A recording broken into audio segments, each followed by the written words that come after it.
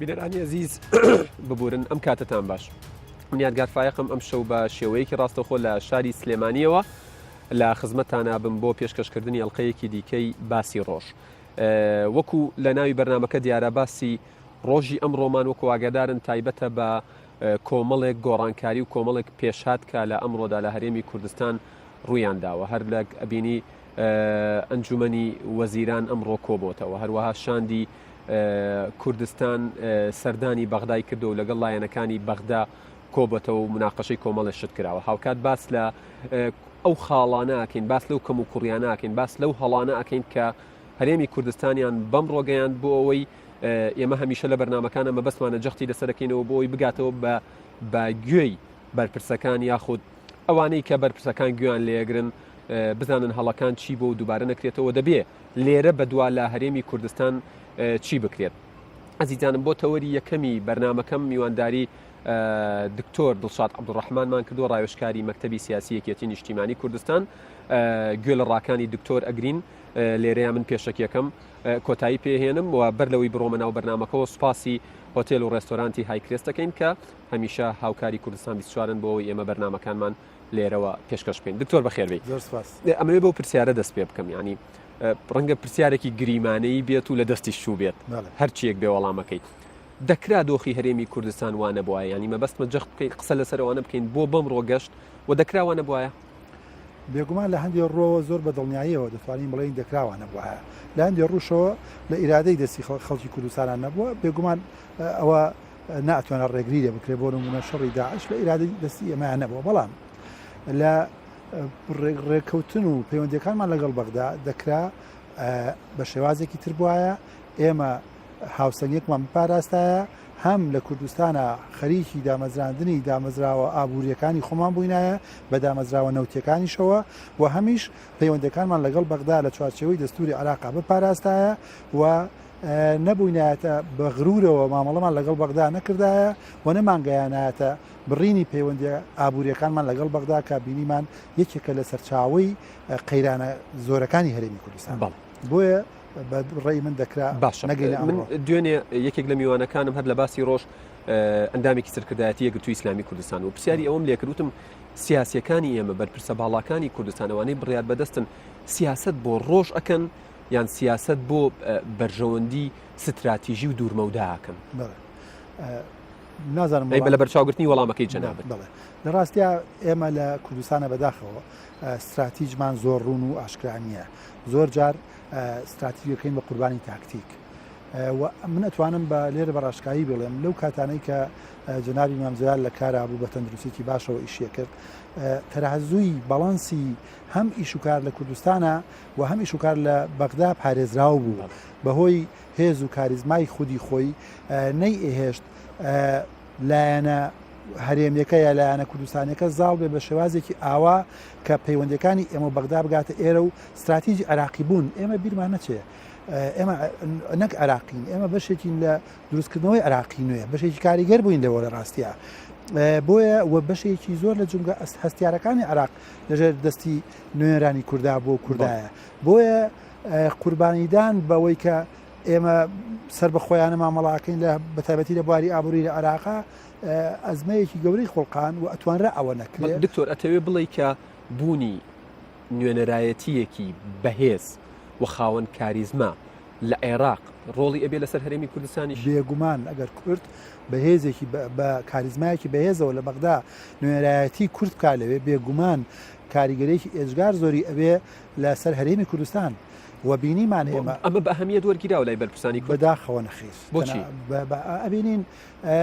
چەند ئەندامی مەکتەبی سیاسی حیزبەکان ئەندامی پەرلەمانی عێراق هەر پرسیارێکی زۆر سادە چەند ئەندامی مەکتەبی سیاسی حیزبەکان وەزیرن لە بەغدا ئەمانە خۆی لەخۆیان نوێنەرایەتی حکوومەت یێرەم لە بەغدا کووە بە فەرمی ئێمە فەرمانگەیەکمانەیە کە نوێنەرایەتی حکوومەت یێرەمە لە بەغدا چێ نوێنەری کووردە جناب دوو ڕۆژنامەنووسێکی متابع و شارەزا ئەزانی کێ باش ئەمانە هەموو پرسیارگەلن باشە ئێمە لە چوارچێوەی عێراقین ئێمە هاوڵاتی عێراقین باش بە حەز و ئارەزوو نییە ئەمە من قسەیەکی خۆتە هێنمەوە لە ئەکاونتی فەرمی خۆت لە فەیسبوک نووسیوتۆ تا ئەو کاتێک کە دەوڵەتی کوردستانی باشوور دادەمەزرێ حەقە بە توندی دەست بە عێراقەوە بگرین و ئەو ماوەی 2 ساڵە کە دڕدۆنگین لەگەڵ بەغداد جگە لە ماڵوێرانی چمان نەچنیوەتەوە هەر جۆرە ڕێکەوتن و دۆستایەتیەک لەگەڵ وڵاتانی تر نابێ بە بەدیلی عێراق بۆ کورد یاخود بۆ ئێمە هەستەکەی بەرپرسانی کورد ئێستا ئەمڕۆ ئاگاداربی شاندێکی باڵای کورد یەک هەرێک لە بارزانی کۆسەد ڕەسوڵ عەلی مەلا بەختیار شێخ جعفەر سەلاحەدین محەممەد بادین محەممەدی حاجی مەحموود کۆی لایەنەکان جگە لە گۆڕان و کۆمەڵ حزوریان بوو لەو وەفدەی کە ئەمڕۆ ڕۆژ بۆ بەغدا هەستەکەی بەرپرسانی کوردیش لە ئاستی سەرەوە لە سەری سەرەوەی هەڕەمەکەوە درکیان بەوە کردووە کە بەبێ بەغدا لە ئێستاە نایان کرێ لەوە ئەچێ ئەو دەرکە کرابێ بەڵام لە ڕاستیا ئەمە زۆر درەنگە هەرچەنە ئەمڕۆ باشتر لە سبینێ لە حقیقەتە ئێمە لە ماوەی ڕابردووشە بە پێچەوانەی واقع و بە پێچەوانەی حقیقەت پەروەردەی نەوەی نوێی خەڵکی کوردستانیشمان کردووە بۆ نمونە عراق لەوەتی دامەزراوە و بەشێ کوردستانی باشووری پێوەلکێنراوە ئێمە بە قراری ئوسوەت الئومەم و بە قرارێکی نێودەوڵەتی بووین بە بەشێک لە عراق عەرەب نەهاتووە کوردستانی باشوور داگیر بکە و بمان لکێنێ بەخۆیەوە بەڵکو کە عراق دروستبە بە کۆمەڵی مەرج دروست بوون بەڵام وەلە سەرەتاکانی دروست بوونیشە تەنانەت نەتەوە خوازەکانی کوردیش نەشیدیان بۆ عراق بوو سرودیان بۆ عراقتە بۆ نمونە بێکەس کە بە شاعرێکی نەتەوەی کوردە هەرێ ئەڵێ ئەم عراقە جوانە خاچی گوڵگون بوو بە خوێنەوە تا دوایی وە زۆری تر من نتوانم بڵێم بە جورئەتەوە تاکە سیاسی گەورەی کورد کە پێی شەرم نەبوو بە دەنگی بەرز بڵێ من عراقیم و لە چوارچێوەی عراقا خەبا دەکەم بۆ مافەکانی ئەم میلەتە مام جەلال بووە پێویستە ئیتر شەرم نەکەینەوەی کە ئەمە عراقی دەرکردن بەو حقیقەتە وای کردووە کە وەکو خۆدوتت سەرکەوتوش بێت لە سیاستکردن و لە تا ڕادەیەکی زۆر چکە بەڕاستی بە بڕواوە ئەو عراقی بوو و ئەبێ ئەم متمانە بوون بە ئەم قسەکردنەکە ئێمە عراقین ئیتر شەرم نەبێ پێمان ئەمە ڕێگەلەوە ناگرێ هەوڵ بین بۆ دروستکردنی دەوڵەتی کوردستانی ئەمە مانای ئەوە نێت تۆ دژ بە دەوڵەتی کوردستانی سەر بەخۆی بەڵام ئەمە مانای ئەوەیە ژیان لە فراغی دەوڵەتە زۆر زەحمەتە لە سەدەی 21ەمە هاوڵاتیەک بێ دەوڵەت بژی ئەمە چ کارەساتە ئێمە ئەزمونمان تاقی کردەوە لە 1990 تا 2023 ئێمە هەرێمێک بووین سربەخۆ بەڵام چونکە دەوڵەت نەبووین بەڵام لە دوای ڕاپەڕینەکە ژیان دکتۆر حەزبەکان کارێکی وایان کردووە کە چ جیلی پێشتر پێش ڕاپەڕین و چ جیلی دوای ڕاپەڕین هەرگیز شانازی بەوە ناکا بڵێ من عێراقیم ئەمە هەڵەیەکی شەڕیشی لەسەرەکە کە بڵێ من عێراقینیم ئەمە هەڵەیەکی کوشندەی پەروەردەی سیاسی ئێمەیە من یەک تێڕوانی نەڵێمەوە کە لە یەکێک لە سیاسیەکان مەسعود محەممەد کۆچکردو کە فەیلسوفێکی گەورەی گەلەمان بووە ئەڵێ شۆڕژی چەکداری تەنها لە حاڵاتێکا بە دروست ئەزانرێ کە بۆ دروستکردنی دەوڵەت بێ ئەگینا بۆ دەستکەوتنی کۆمەڵێک مافی ڕۆشنبیری و نەتەوەیش ناکرێ ئەمە دەست بنێ چەک و ئەمە بێبەهاکردنی خوێنی خەڵکە لە ڕاستیە ئەو شێعر و نەشیدانەی کە بۆ ئەوە ئاکەن باو بە خەڵکەوە ئەنێن بۆ خۆ شەهید بوون و بۆ بەخۆ قوربانیدان ئەگەر بەرامبەرەکەی دروستکردنی دەوڵەت نەبێ لە ڕاستیا بێبەهایی ئەو ئینسانانەیە بۆی ئیتر کاتیەوە هاتۆ بڵین نقطە بەسە ئیتر لێرە بەدواوە نابێ ئیتر قوربانی بدەین نەبە قوتی خەڵک نەبە خوێنی خەڵک نەبە ئارامی و ئاسایشی خەڵک نەبە ئیستقرار ئەگەر لە پێناوی سەربەخۆیان نەبێ و ئێمە ئێستا کۆمەڵێک مافانە دەستوری عێراقا بۆ سەلمێنراوە بینیمان وەک جەنابەت لە 2023ەوە ئایا بە پرسیارێکی واقعی بکەین ئێمەی هاوڵاتیانی کوردستان لە کۆمەڵێک امتیازی دەوڵەت چێژمان وەرنەگرت دەرگای سەفەرمان بۆ نەکرایەوە پاسەپۆرتمان بۆ نەکرایەوە خوێندن و زەمالاتمان بۆ نەکرایەوە نەبووینە سەفیر نەبووینە ملحەقی سەقافی نەبووینە وەزیر نەبووینە کەواتە بەرپرسانی کورد دووربین نەبوون من ناتوانم بڵێم یاخود حکوومەتی عێراق مقصیر بوو حکومەتی عێراق مقصرە و کەیفی خۆیەتی بەڵام من نابێ چونکە ئەو شتم ناداتێ من وەریەگرە من بەشێکم لەو سەرۆک کۆمار لە دوای 6 مانگ لە ڕوخانی سەدام حوسێنەوە کورد بووە وەزیری دەرەوەی عێراق 12 ساڵ کورد بووە سەرۆکی ئەرکانی جێشی عێراقی کورد بووە سەرۆکی هێزی ئاسمانی ئەم عێراقا کورد بووە دەیان جومگەی هەستیاری تر کورد بوون جێگری سەرۆکی کۆمار جێگری سەرۆکی وەزیران ڕئیسی مخابراتی عێراقی باشە تەنانەت کە ناوچە دابڕێنراوەکان لەوەتی عێراق ڕووخاوە پارێزگاری کەرکووک قایمقامی خانەقین مەخمور ئەمانە تۆ ئەمە هەمووت هەیە ینی کورد لە دوای 2023 لە عێراق دەستکەوتی باشی دێنی چۆن پارێزگاری دەکەی چۆن ئەمەوە ئەەکەیت هەنگاو بنەی بۆ سەربەخۆبوونیش بەبێ ئەوەی ئەمانەش لە کیس بچێ خۆ ئەمە ڕێگریەوە نەکردە بۆ نمونە یەک سەرکردی عراقی تا ئەسەر بە فەرمی نهاتۆ بڵێ من دژی سەربەخۆبوونی کوردم بەڵام ماڵی خۆڕێگەری نەگرتووی ئەم تەنگژە گەورەی کە لەسەر نەوت لە کوردستانە خەڵقا ئەگە بیرتان بێ لە 2014 دوا سەردانی وەفدی حکوومەتی هەرێمی کوردستان کە مالکی سەرۆک وەزیران بوو ئەو پڕی تەنازولات لە حکوومەتی عراقیەوە بۆ وەفدەکەی کوردستان کرا تەنانەت بڕیاریاندا سۆمۆ هەڵوەشێننەوە نوێنەرایەتی خەڵکی کوردستانی تێدا بێ بەو شێوازێک کە کورد ئێوێ کورد بەشدار بێ لە پرۆسەی فرۆشتنی نەوتیش باش تۆ چی دەوێ غرور بوو بەڕای من خوێندنەوەی هەڵی سیاسەتی ئیقلیمی و غروریش دەوری هەبووە و ئەمانە ئیتەبێ کوتایی بێ یەکەم دابایەک پرسیاری تر بکەین کاکە یادگار بزوتنەوەی کوردایەتی لە کوردستانی باشوور بزوتنەوەیکی جموجۆڵ و متحرک بووە و زۆر چۆن ئەڵێ بزێوتر بۆ لە پارچەکانیەتی کوردستان بەڵام یەک حیزبی سیاسیم بۆ بێنەرەوە لە کوردستانی ڕۆژهەڵات لە کوردستانی ڕۆژئاوا لە کوردستانی باکوور کە شانازی نەکەن بە ئێرانی بوونی خۆیانەوە بە تورکی بوونی خۆیانەوە بە سووری بوونی خۆیانەوە تا ئێستاش بە پەکەکەشەوە کە دروشمی سەربەخۆیشی وەرگرت بوو کە تورکیا هەر ناوەکەی خۆی ناوی نەتەوەیەکە زمانیش وەکو زمانی دووهەمیش ئەتراف بە زمانەکەشیان نانی ئەتراف بە زمانەکەیان نەکە ئەتراف بە نەتەوەکەش نەکراوە تۆ لە عێراقا بە قەرارێکی ئومەمی بوویت بە بەشێک لە عێراق دروست نەبوو تۆ بەشێک بووی پێوە لکێنرابێ وتم عەرەب بە زۆر توی پێوە نەلکێنراوە کاکە گیان ئێمە لە ڕاستیە لە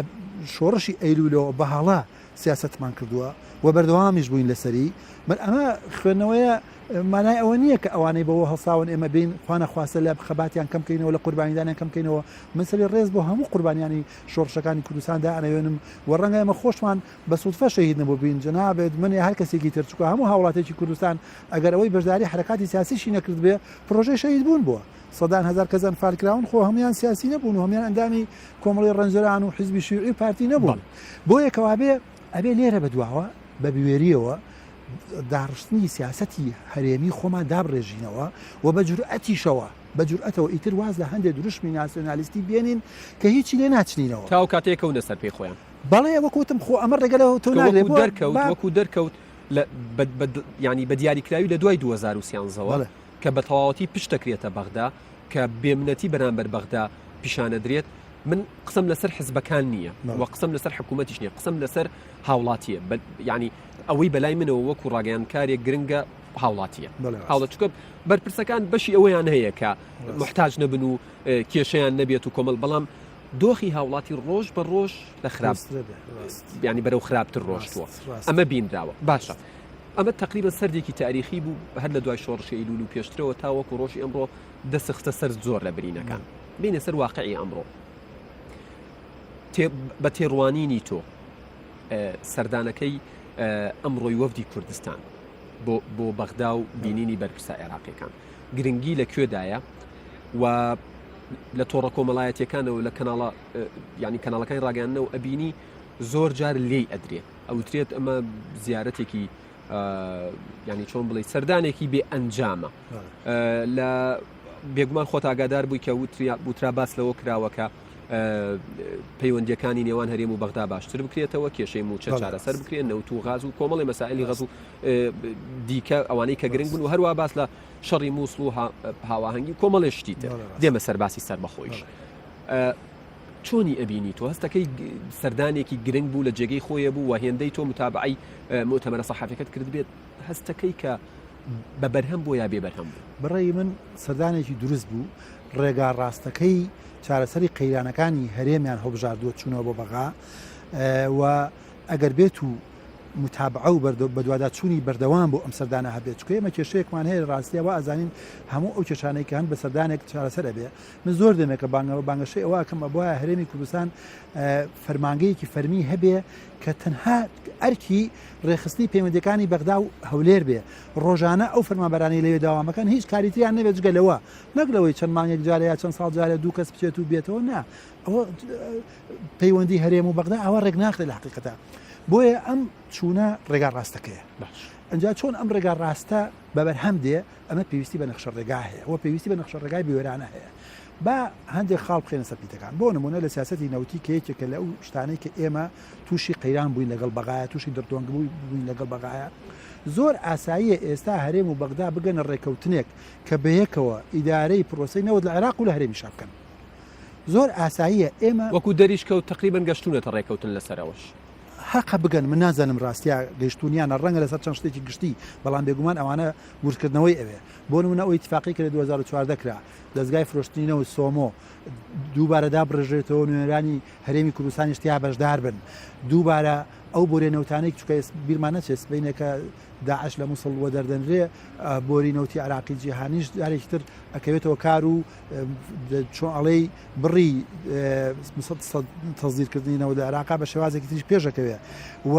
و بیریشمانە چە سەناعەتی نەوتی لە عراقی عێراق زیاتر بەهێز دەبێتەوە لە ڕووی داراییەوە زیاتر خاڵی تریش کاکە یادگار من لە هەندێک لە بواری نەوتی شاکارم کردووە بیرمانە چ عراق دەوڵەتێکی خاوەن سیادەیە وە قورسایەکی ئابووری گەورەشی لە جیهانا هەیە هەندێک کێشەی گەورە ڕوبەڕووی کردی نەوتی هەرێمی کوردستان بۆ تۆ لەگەڵ کۆمپانیاکانە ئێمە لە دادگای نێودەوڵەتی شکاتمان لێکراوە ئێمە هەندێک ئەبێ قەرەبوویان بکەینەوە باز بکەین لە ئەمریکا ینی کەشتیەکی گەورەی نەوت چەند ڕۆژ مەبەستم چێ لەمە ئەگەر ئێمە لەگەڵ عراق هەمانی بکەین ئەتوانین مەلەفی گفتوگۆی ئەم کۆمپانیانە ئیتر عراق بکەینە پشتیوانی خۆمان ئێمە لەگەڵ عراق ئەو گفتوگانە بکەینەوە بێگومان ئەو کاتە بیرن دەچێت دوای ڕوخانی سەدام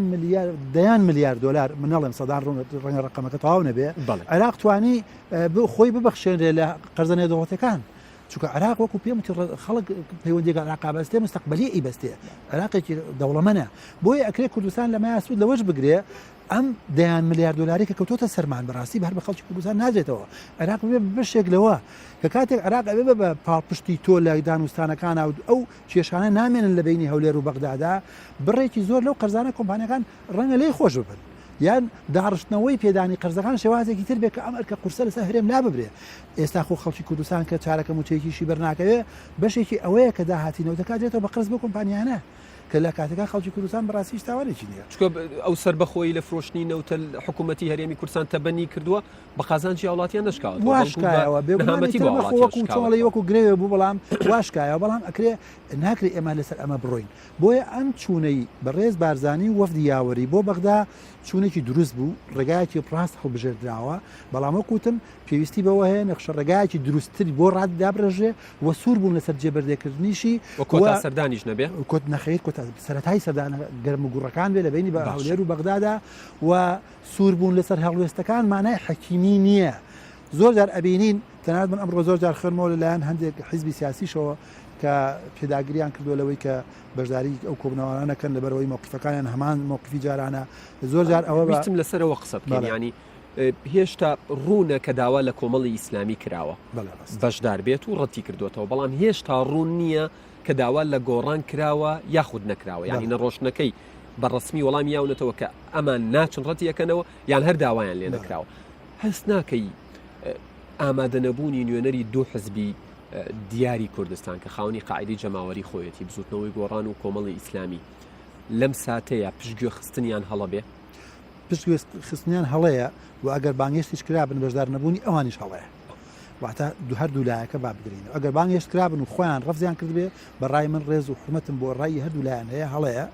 و ئەگەر بانگێشتیش نەکرابن هەر هەڵەیە چونکە لە حەقیقەتە تو ئەتەیە بە قووەتێکی گەورەوە بچیتە بەغا ئەمە گفتوگۆ و دانوستانە ئەمە مافی گەلەیەکە لە ڕاستیە بۆیە نوێنەرایەتی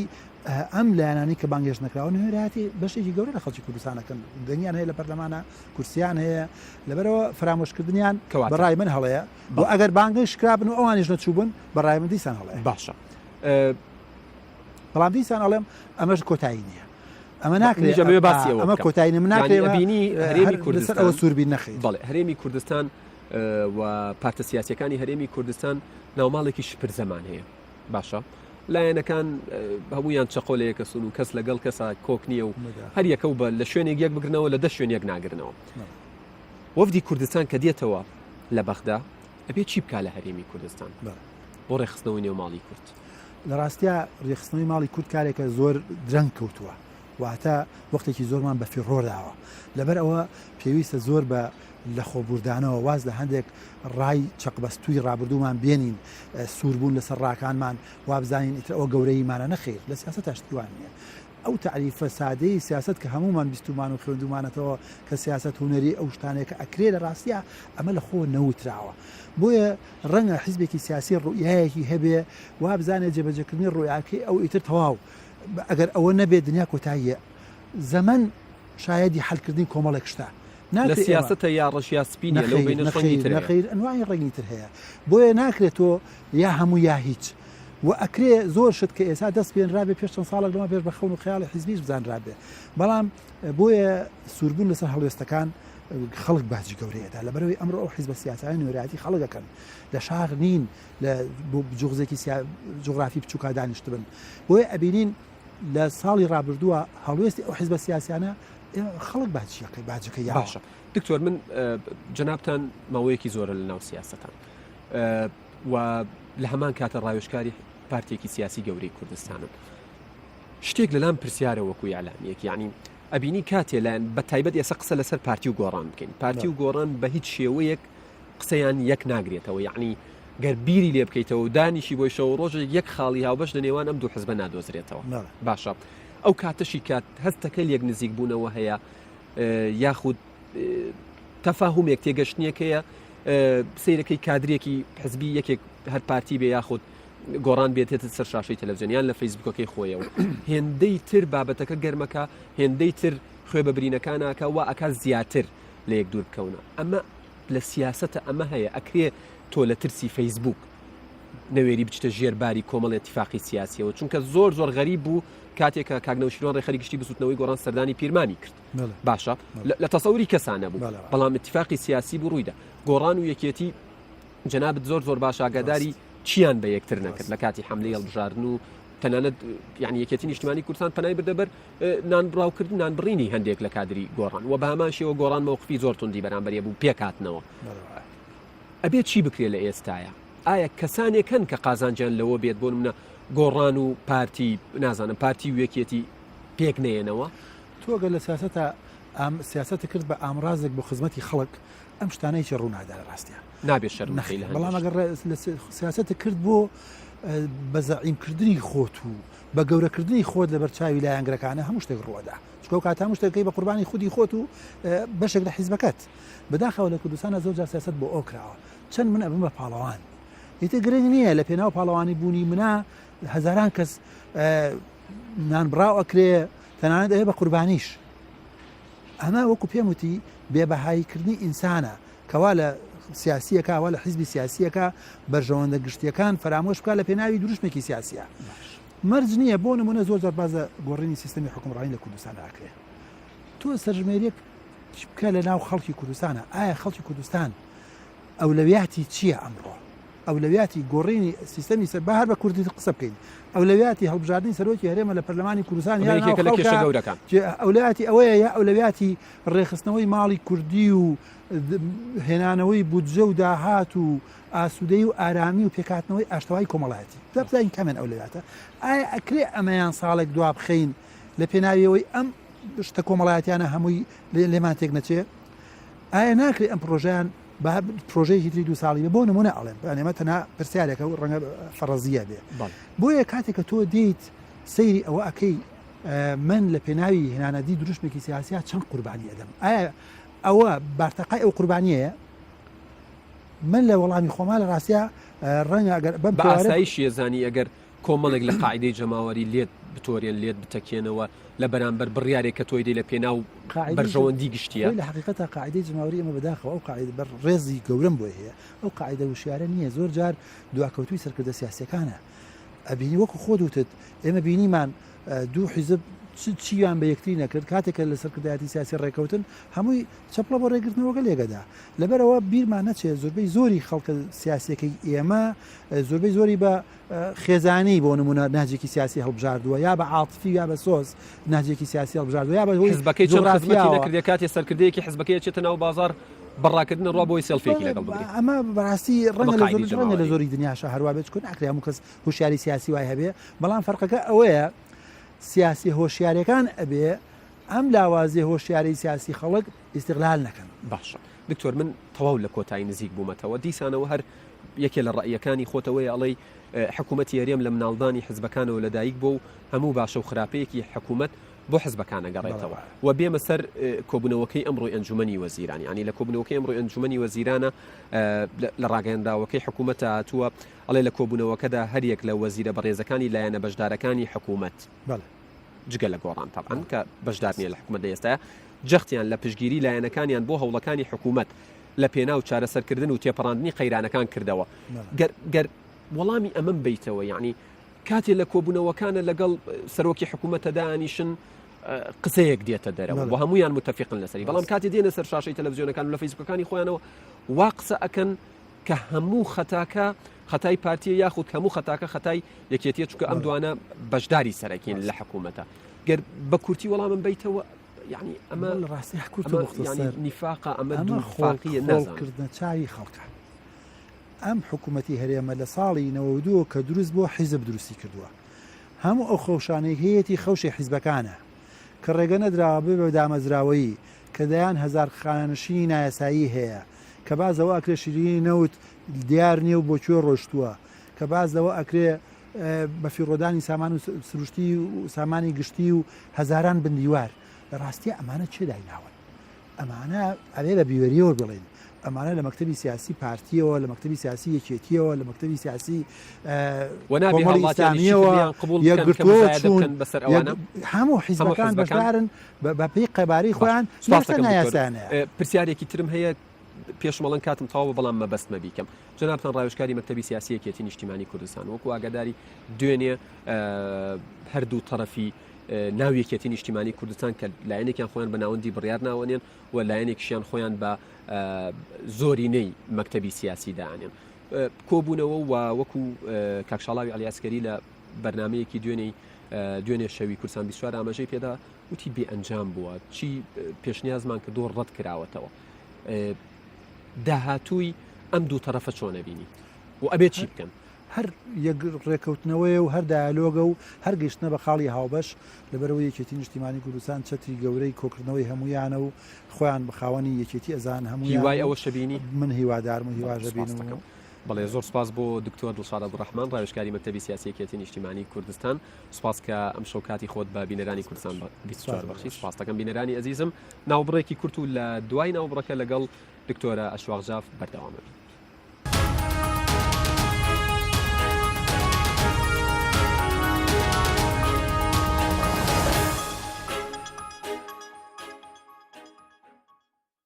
ئەزیزانم سڵاوتان لێبێت لە بەشی دووهەمی باسی ڕۆژ بەردەوامین لەگەڵتان و ئەم بەشە لەگەڵ دکتۆرە ئەشواق جاف پەرلەمانتاری کورد لە پەرلەمانی عێراق بەردەوامی پێن دکتۆرە بەخێربی ئەمێ بۆ پرسیارە دەست پێ بکەم جەنابتان یەکێکم لە نوێنەرەکانی کورد لە پەرلەمانی عێراق دۆخی کورد لە بەغا لە ئێستایە چۆنە و نوێنەرەکان تا چەندە هاودەنگ و یەکدەنگن لەو مەسەلانەی کە ڕەبتە بە کوردەوە بەڵێ زۆر سپاس بە حقیقەت ئێمە وەکو کورد پلانێکی ترسناک بەرامبەر بە کورد لە بەغدا جێبەجێ ئەکرێت و هەمووتان دەزانن کە پلانەکان جگەلەوەی کە دژی بەدەستهێنانی مافەکانی ملەتی کوردە لە ڕێگەی جێبەجێ نەکردنی یاسای بوجە و هەروەها یاساکانی تر وەکو بۆ نمونە مادەی دەستوریمان هەیە مادەی 140 چەندەها ساڵ حکوومەتی ئیتیحادی و بەتایبەتی مالکی کە سەرۆکی حکوومەتی ئیتیحادی بوو ئەو کاتە بودجەی تەرخان نەکردیان بودجێکی زۆر کەمی تەرخانە کرد ئێمە ململانی ئەومان دەکرد کە بودجێکی زیاتر بۆ مادەی 140 تەرخان بکرێت بۆ ئەوی قۆناغی یەکەم تەواو بکرێت ئێستا لەم قۆناغەش بینیمان دوای بڕینی موچەی خەڵک بە بریارێکی شەفاوی ببێ ئەوەی کە بریاری ئەنجومەنی وەزیران هەبێت بینیمان وردە ڕێژەی کورد لە سوپای عێراق کەم ئەکاتەوە پۆستەکانی کورد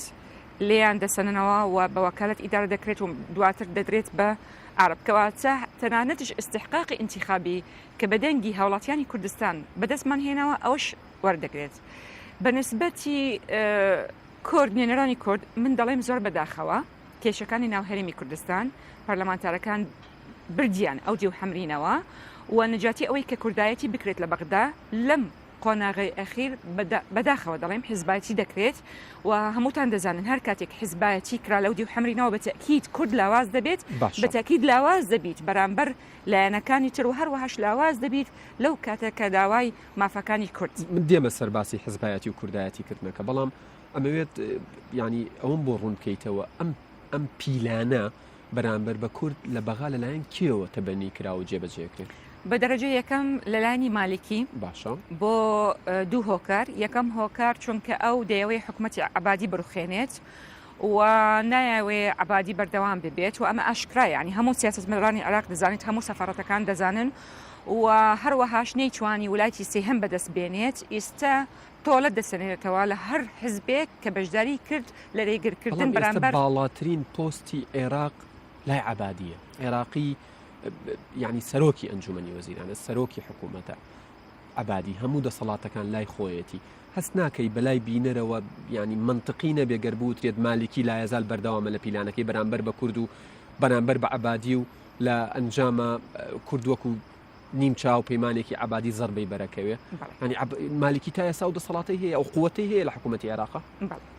لە بیرمان نەچێت عێراق چەندەها ساڵی ڕابردوو بودجێکی زەبەلاحی هەبوو یعنی بە عەرەبی پێ ئەوترێت بودجێکی ئینفیجاری کەواتە تقریبا بودجێ 4 وڵات ئەگەر مقارنەی بکەیت لەگەڵ ئەرزی واقعی عێراقی ئەوە هیچ مقارنە ناکرێت نە ئەمن و ئاسایشە نە خزمەت گوزاریە کەواتە خودی خۆی ئەمە علامەت ئیستیفهامە ئەم پارەی چی لێ هات بە شێوەیەکی فعلی مالکی دەسەڵاتی هەیە لەسەر حتا سەربازەرەکانی عێراقا و ئەگەر لە بیرتانیەت ماوەیەک لە ماڵی حاضر ئێستا لەوانەیە چۆزێک بەڵام ئایا دەسەڵاتی هەیە 100% بڵێ هەیە و عبادی چەند محاولەی کرد کە ئەم دەسەڵاتە کەم بکاتەوە بەڵام نەیتوانی بە بەڵگەش من ئەوە دەڵێم کە پەرلەمانتارێک لێ درا و دەستی شکا و هەروەهاش مامی و کوری مامیان کوشت بەرام نزیکی بازگەیەک وەزیری بەرگری و ناوخۆ بانکراوە لێیان پرسی چۆن ئەوە دەکرێت نزیکی بازگەیەکی سەربازی و کەس شتەداخل ناکات وتی وەڵڵاهی هەموو ئەفسەرەکان تا ئێستا لەژێر فەرمانی مالکی ئەوە طبعاً وەکو تەوثیق کراوە ئەوەکو پێمان وترا طبعاً دوای ئەوە بەماوەیەکی کورد 350 تقریبا ئەفسەر عبادی گۆری چی ئەوانەی کە خانەنشین کراون و چی ئەوانەی کە نەقل کراون بۆ شانەکانی تر ئەمە طبعاً ئێمە بیسمان لە لایانی ئەو لژنەیە کە میوانداری ئەم بەڕێزانەیان کرد بۆیە بە شێوەیەکی فعلی لەسەر ئەرزی واقع بڵێ تا ئەم لەحزەیە مالکی ئەو دەسەڵاتی هەیە و دووبارە دەڵێمەوە چونکە نەیتوانی ببێتە سەرۆکی ئەنجومەنی وەزیران بۆ ویلایی سێهەم ئێستا دەیەوێ حکوومەتی عبادی بڕوخێنێت و هەروەهاش تۆڵە بچێنێت لە هەر کەسێک ڕێگر بوو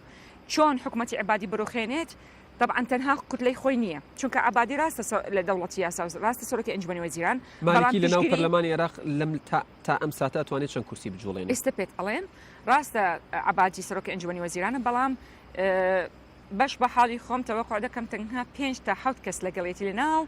لیستی دەوڵەتی یاسا ئەوانەش لەوانەیە ئەگەر تۆزێک قسەیان لەگەڵ بکرێت لەوانەیە پێشبینی دەکەم ئەوانش مووقفیان بگۆڕن کەواتە لەناو کوتلەی خۆی عبادی پیشگیری نییە لە شەقا مش تەنها مەدنیەکانش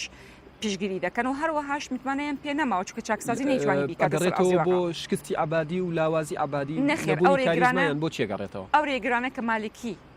داینت بەردەمی و هەروەهاش لەناو پەرلەمان خودی خۆی پەرلەمان ئێستا کوتلەی مالکیە لەگەڵ توانی هاوپەیمانەتی لەگەڵ ئەوانەی کە بەرژەوەندیان هەیە یعنی تەحالوفێک دروست بکات و بینیتان لە کاتی سندنەوەی متمانە لە عوبایدی و هەروەهاش لە کاک و شار بەڕاستی هەردووکی سیاسی بوو و بەداخەوە دەڵێن بە قسەی تۆ بێت مالکی هەر وەزیرێکی بەدڵ نەبێ ئەتوانێت بەو زۆرینەی ناو پەرلەمان ئیقالەی بکات و ئیزنی بات متمانەوەرگردن بەدەنگ بێگومان بەدەنگ مالکی توانی ئەو تەحالوفە دروست باسی دەنگەکەن تۆ ئەڵێ ئەوەندە کورسی توانێت بجوڵێنێ لە پەرلەمانە بەڵێ تەحالوفی هەیە بەتەکید و بینیمانیش چۆن زەختیان فشاریان خستە سەر وەزیری ناوخۆ ئیستیقاڵی خۆی نووسی یعنی ئەوەندە هێرشیان کردە سەری کە ئەو تاوانبارە لە تەفجیرکردنی کەڕادە نەجاتی ئەوەی تحقیقێک بکرێت بزانێت کێ سەبەبی ڕئیسی ئیستیقالەیدا ئێستا شوێنەکەی پڕ نەکراوەتەوە لە ئێستایە عەبادی باری لارە لە عێراق یعنی دۆخێکی وای هەیە کە هەز بکات کورسیەکەی و دەسەڵاتەکانی و هەموو شتەکانی کەوتۆتە مەترسیەوە لەو ڕۆژەکە پۆستەکەی وەرگرت ئەو هەستەی هەیە تا ئەمڕۆ بەڵام لە ئێستاە بێ بەرامبەری هەنگاوەکان بەرامبەری جێبەجێکرێن و پەڕووباڵی لێ ئەکرێتەوە بەڵام لەبیرت نەچێت لە سەرەتای وەرگردنی پۆستەکە بیستومانە کە کۆتەدای سەربازی بەتەما بوو ئەنجام بدرێت یعنی ئەمەش کەم نییە کە وامان بیست کە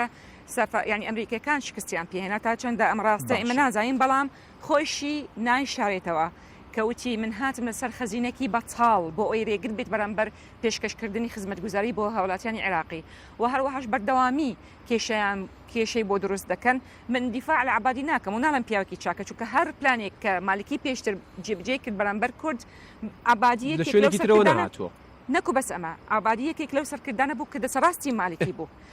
من حقیقەتەکانی واقعی ئیستا باسی دەکەم دیفاع لە هیچ کەسێک ناکەم بەڵام واقع وەکو خۆی باسی دەکەم بینەوە سەر باسی نوێنەرانی کورد ئاماژەت بەوەدا کە نوێنەرانی کورد لەبەرەوەی یەکدەنگ نین ئەمە ینی سەبەب و نەتیجێ لە نەتیجەیە لاوازە بن باشە پارتی باسی حزبایەتی و کوردایەتیت کرد وتت ینی جاران کوردایەتی بوو لەو دی و حەمرینەوە ئێستا حزبایەتی هێنرایە ئەو دیوی حەمرینیشەوە و لە بەغا خۆتان بینیتان پارتی دیموکراتی کوردستان لەو کاتەیە هەستی کرد تەنیا باڵە کە متمانە لە کاکۆشیار زێباری وەرگیرایەوە باشە هەست ناکەن چ خۆشیار زێباری وەکو یەکێک لە وەزیرەکانی کورد لە بەغا و چ ئێوەش وەکو نوێنەرانی کورد لە بەغا کە ئاوا خۆتان بەتەنها ئەبینەوە ئەگەڕێتەوە بۆ سیاسەتێکی هەڵی پارتی دیموکراتی کوردستان لە هەرێم من ئەڵێم نەخێر کێشەکانی هەرێم هەیە و تەسیرێکی هەیە لەسەر وەزعی بەغدا چونکە وەکو ئاماژەم پێکرد ئەو ملمیان لە هەرێم هێنراتە ئەو دی و حەمرینەوە لە کاتێکە تۆ لەو دی و ئاساییە هاتووە نەخێر دەبێت طبعاً ئاسایی ئەزانی بۆ لە بەغدا تۆ مافی کوردت هەیە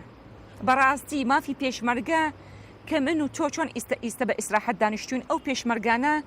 لە سەرما و گەرما یعنی هەردووکمان و هەموو هەوڵاتیانی کوردستان ئەپارێزەوە بە بێ موچە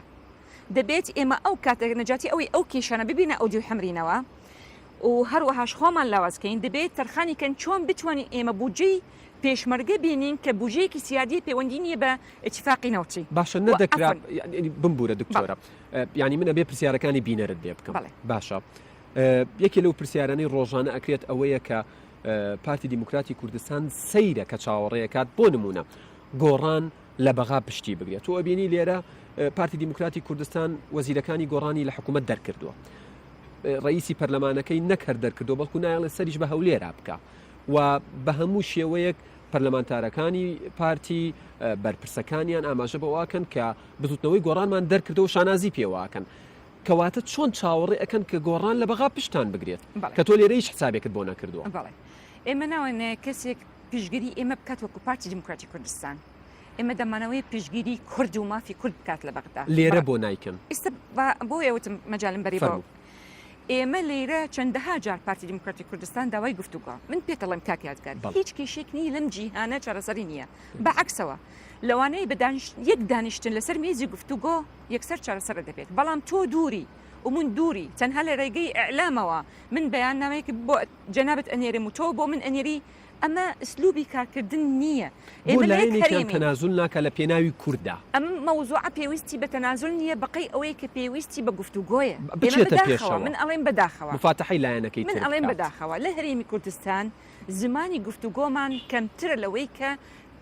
هێرشکردن لەسەر یەکتری لە ئەعلامەوە ئێمە هەمومان کوردین من بەش بە حاڵی خۆم بۆ نوێنەری کورد لە بەغدا من زۆر پێم سەیرە کە پەرلەمانی کوردستان ئەو هەموو کێشەیە بۆ ئێمە یەکنتەوەین ڕاستە کەمینەکانشمان هەیە ڕاستە عەرەبیش تایە ڕاستە ئاینەکەمان ئیسلامە و مەسیحی و یەزیدی و کاکەی و هەروەهاش ئیلا ئاخری بەڵام هەمومان یەکشت کۆمان دەکاتەوە کە ئێمە بەرژەوەندی هاوڵاتی کوردستان بەرژەوەندی پێشمەرگەیە بەرژەوەندی جوتیاری هەرێمی کوردستان بەڵام ئەوەندە کێشەی تایە پەرلەمانی کوردستان ئەوەندە خزمەت بە خەڵکی کوردستان ناکات بۆیە من دەڵێم گفتوگۆ چەندەها جار داوای کرد پارتی من دیفاع لە پارتی دیموکراتی لێرەوە پەیامت چییە بۆ بەرپرسانی پارتی دیموکراتی کوردستان ئێستا ئێمە هەنگاوێکی باش لە ڕێگەی گفتوگۆ لەگەڵ بەغدا هیوادارم ئەو وەفدە کە لە بەغدا دەگەڕێتەوە جارێکی تر هەمووی بە یەک دەست داوا من لەگەڵ دکتۆر دڵشاد عەبدوڕەحمانە بەر لە تۆ لە تەوەری یەکەمی بەرنامەکە باسی ئەوم کردوتم ئەم وەفدە کە چووەتە بەغا بەبێ ڕێخستنەوەی نێوماڵی کورد لە کوردستان ڕەنگە لەوێ نەتوانێت زۆر بەهێز بێ چونکە ئەم جارە کۆمەڵ و گۆڕانیان لەگەڵا نەبوو جاری داهاتوو ئەگەر کۆمەڵ و گۆڕانیشیان لەگەڵا بێ مووقیفیان زۆر بەهێزترە بێت تۆ هاوڕای لەمڕۆوە ئەزانیی من یەک خاڵم هەیە هەندێک رخنە دەگرێن دەیانوت دەبواە کاک مەسعود دابنیشتە لەگەڵ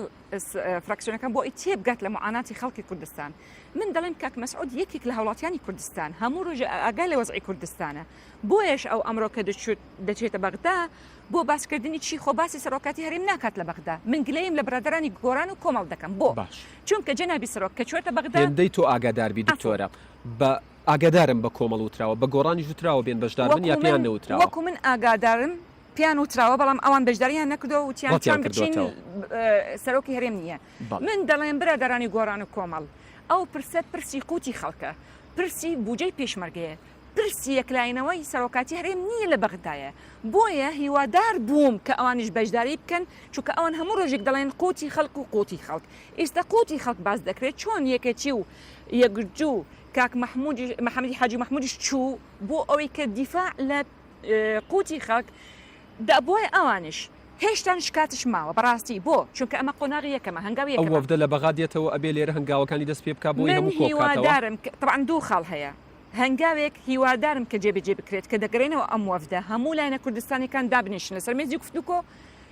خوا شاهدە بەخێنی هەموو شەهیدان چارەسەر دەکرێت ئەگەر دابنیش لەسەر مێزی گفتوگۆ دوو خاڵ عەفوان خاڵی دووهەم جەنابەت فەرموویت ئەگەر کۆمەڵ و یەکجوو هێشتان ئەمە هەنگاوی یەکەم سیاسیە عەفوان کۆمەڵ و گۆران هەنگاوی دووهەم پێویستی ئەمانی کە ئەتیفاق دەکرێت لەسەری لە بەغدا پێویستی ئێستا بە وەفدی دووهەمە کە وەفدی ئەوە بە بۆچوونی شخصی خۆم وەکو پەرلەمانتارێک لە یاسا دەزانم پێویستی بە وەفدی حکومی کە بۆ جێبەجێکردنی ئەو خاڵانە ئەو یاسای پێویستی بە جێبەجێکردنە یاسایك پێویستی بە تەشریعکردنە گفتوگۆکی ترە بۆیە من دەڵێم ئەو دەکرێت لە بەغدا دابنیشە سەر مێزی گفتوگۆ بۆ ئەوەی کە جاری دووهەم هەموو حزبەکانی تیابێت من مەبەستم ئەوەیە پەیامەکەم ئەوەیە بۆ هەموو لایەنەکانی کوردستان چونکە بەڕاستی کاتەکەی باشە گونجاوە بۆ شتێکی گەورەتر بۆ هەرێمی کوردستان باشە هێندەی تۆ ئاگاداربی ئەمڕۆ وەفدەکەی بڵین ئەوەی کە بە سەرۆکایەتی بارزانی ڕۆشتن سەلاحەدین محەممەد بادین بوو لە یەکێتی مەلا بەختیار بوو کاک کۆسرەت بوو کاک شێخ جعفەر بوو لە بۆ نمونە لە کاک محەممەدی حاجی محمود بوو لە پارتی دکتۆر ڕۆژ و کاک ئازاد و ئەوان بوون ئەوانەی ڕێککەوتون لەسەری چین تۆک و پەرلەمانتاری ئاگاداری بیت بەڵێ سەبان ئێمە هێشتان ئەوان ئیستش کە من و جەنابەت قسە دەکەن هێشتا تەواوی معالمی کۆبوونەوەکە دەرنەکەوتووە دیار نییە باسی چی کراوە باس کراوە بەڵام مەبەستم تەفاسیلی ورد کێکە ئێمە دەبێت بە هاوڵاتیان بڵێن هێشتان بەڵام تەوەرەکان کە باس کراوە پەیوەندیەکانی هەرێم و بەغدا طبعاً شەری مووسڵ ئەوە یەکەم تەوەر کە باس کراوە چونکە ئەمە کێشێکی گەورەیە گرنگترین و هەروەهاش مەسەلەی قوتی خەڵکی کوردستان کە اتفاقیان کرد لەسەر طبعاً پێڵێن هيدلاين يعني خطوط العريضة ئەمە اتفاقیان کرد لەسەر مەوزوعی نەوت ڕێککەوتون کە کێشەی موچە چارەسەر بکرێ خۆی تۆ ئەگەر ڕێکەوتی لەسەر ئەو مەوزوعە بە نسبەتی موچەی فەرمانبەرەکان ئۆکەی حەلەکرێت بەڵام موچەی پێشمەرگە لەسەر ڕێکەوتنی نەوت نییە چونکە بوجەیەکی سیادیە بۆ نمونە پارەی گرمی جوتیاران بوجەی حاکمەیە عیلاقەی بە ڕێکەوتنی نەوت نییە بۆیە ئێمە دەڵێن بەغداد پابەند نییە دەبێت لە ڕێگەی دۆکیومنت پێمان بڵێت نەکو لە ڕێگەی بەیاننامەیەک وەڵاممان دەداتەوە کە ئەنه خۆی دەستگای ڕاگەاندن حکومەت نییە بۆیە ئێمە داوامان کرد کە لژنێکی حکومی تشکیل بکرێت هاتووکیان دابنیشن لەسەر مێزی گفتوگۆ ئەو اقتراحی من بۆ طبعاً لە پەرلەمان کە ئەو مەوزوعی قوتی خەڵک باس کراوتم دەبێت دابنیشن چونکە ئێمە دوو حکومەتین بەغدا دەستگای ڕاگەاندن نییە بەڵگەمن بە بەیاننامەی وەڵامان بداتەوە لەگەڵ بوونی لایەنی سیهەم کە بێ لایەنە خەبیری نێودەوڵەتی لە ئابووری و یاسا بۆ ئەوی ڕوونی کاتەوە بۆچی ئەم یاسای بودجەی 2016 جێبەجێ ناکرێت بۆچی ئەم دەستورە کە هەمویان دەزانن معنای چییە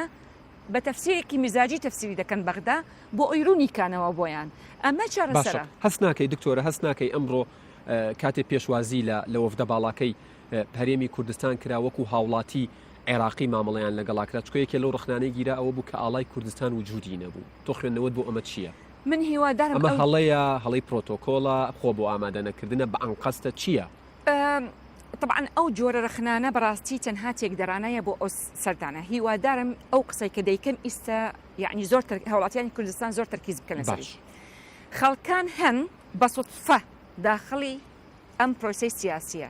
نەکو ئەم یعنی سیاست بە شێوەیەکی عام پێیان دەوترێت سیاسی سوتفە بە سوتفە بوون بە سیاست مەدار ئەوانە بوونی ئەوانە لەسەر دروستکردنی کێشە لە نێوانی هەولێر و بەغدا باشە ئەگەر کێشە نەبێت بوونیان نامێنێت بۆیە یانیەوەی عبادی وتی چ لە بەغا و چ لە هەرێمی کوردستان خەڵکانێکن کە پێیان ناخۆشە بەغدا و عێراق هین بەغدا و پێیان ناخۆشە بەڵکو ئیش لەسەر تێکدانی ئەو پەیوەندیان بەڕاستی بۆ دووبارە دەڵێن بوونی ئەفۆن با تەواویکەم بوونی ئەوان لەسەر دروستکردنی کێشە نامێنێت بوونی ئەوانەوە پرۆسی سیاسی نامێنێت طبیعیە کاڵای کوردستانیش دانەنراوە مەسلەی طبیعی نیە لەوانەیە هێڵکی پرۆتۆکۆلی بێت بەڕاستی ئەگەر ملاحەزەت کرد کە جنابی سەرۆک لەگەڵ لایەنەکانی تر کۆبنەوە یەکسەر ئاڵای کوردستان دانراوە کاتم لە کۆتایی نزیکە بێتەوە بۆیە مەبەستمە یەکێک لەو شتانی کە زۆر باس کرا ینی لە ڕاگەاندراوی نووسنگەی ڕۆژنامەوانی جێگری سکرتێری گشتیەکەتی نیشتمانی کوردستان کاک کۆسرەت باس لەوە کراوە کە لە سەردانەکەی ئەمڕۆی شاندی باڵای هەرێمی کوردستان گفتوگۆ لەسەر چارەسەری کێشەکانی نێوان هەولێر و بەغا هێنانەدی خواستە سیاسەکانی گەلی کورد ئەولەویەتی سەردانەکە باسکردن دەبێ لە مافی چارەی خۆنووسین لەسەر بەخۆی هەستمان نەکرد ئەمە باس کرابێ بۆ یاخود تەفاسیلی وردە و هێشتا ئەعلان نەکراوە طبعا لە سەردانی پێشوش ئەگەر ملاحەزەتان کرد سەرۆکی حکومەت کە سەردانی بەغدای کرد دواتر تەفاسڵەکەی هەمووی باسکرا کە بە ئاشکرا و بەبێ شەرمانە باسییان کردو لەگەڵ عباتی و تەفاسڵێکی ورد باسکرا ئەمڕۆژ هەمان شت ئەمە تەوارێکی سەرەکیە بەڵام لەبیرمان نەچێت مالکی و تەحالیفی مالکی وایان کردو لە شەقام کە ئەنه ئەمە ماف نییە لە کاتێکە ئەم دەستورە کە کوتلەی مالکی هێنەوە بۆ پەرلەمان و هەموو کەسێک لە پرۆسی سیاسی بەپێ ئەو دەستورە هاتووە هەمان ئەو دەستورە ئەو مافەی داوە بە هەرێمی کوردستان کە مافی بورە کۆتا پرسیارم کەم داوای لێبوردنەکەم بە خێرایی پرسیار لەکەم بۆی زۆرترین پرسیار و وەڵامی خێرا وەرگرمەوە کۆتا پرسیارمە بۆی هاوڕێیانی شماگەدار مزوو زۆڵن کاتت تەواو بووە ئێستا تەوقیتێکی گونجاوە بۆ سەربەخۆی یان جاری ئەبێ ئێمە لەگەڵ عێراق بین بۆی کوردستان زیاتر بکەوێتەوە سەر پێ زۆر بە کورتی من دەڵێم هەموو شتێک بە ئاشتیانەتەوە بێت گفتوگۆ لەگەڵ بەغدا ئێمە ئەگەر توانیمان قەنەعەت بە بەغدا بکەین کە بە ئاشتیانە جیابینەوە وەکو دوو دراوسێ ئەگەر شلاسە مەحەڵە خەڵکی کوردستان دەنگی بەنەخێریاندا دەبێت ئێمەش هەر بەردەوام بین بە عیلاقاتی باش بەڵێ سوپاس بۆ دکتۆرا شواغجاف پەرلەمانتاری کورد لە پەرلەمانی عێراق سوپاس بۆ کاتێک کە بە بینەرانی ئێمەتان بەخشی بینەرانی ئەزیزم ئەمەڵقەیەی باسی ڕۆژ کۆتایی هات تاڵقەیەکی دیکە بەخواتان ئەسپێرم و ماڵتان هەمیشاوەدان بێ سوپاس بۆ ستافە ئەزیزەکەم کە ئەم شەو هاوکارم بن بۆ ئەم بەرنامەیە و سوپاس بۆ های کرێستش دەستخۆش دکتۆرێک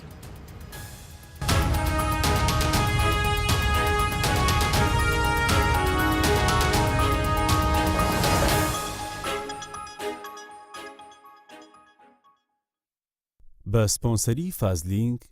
باسی ڕۆژ پێشکەش کرا.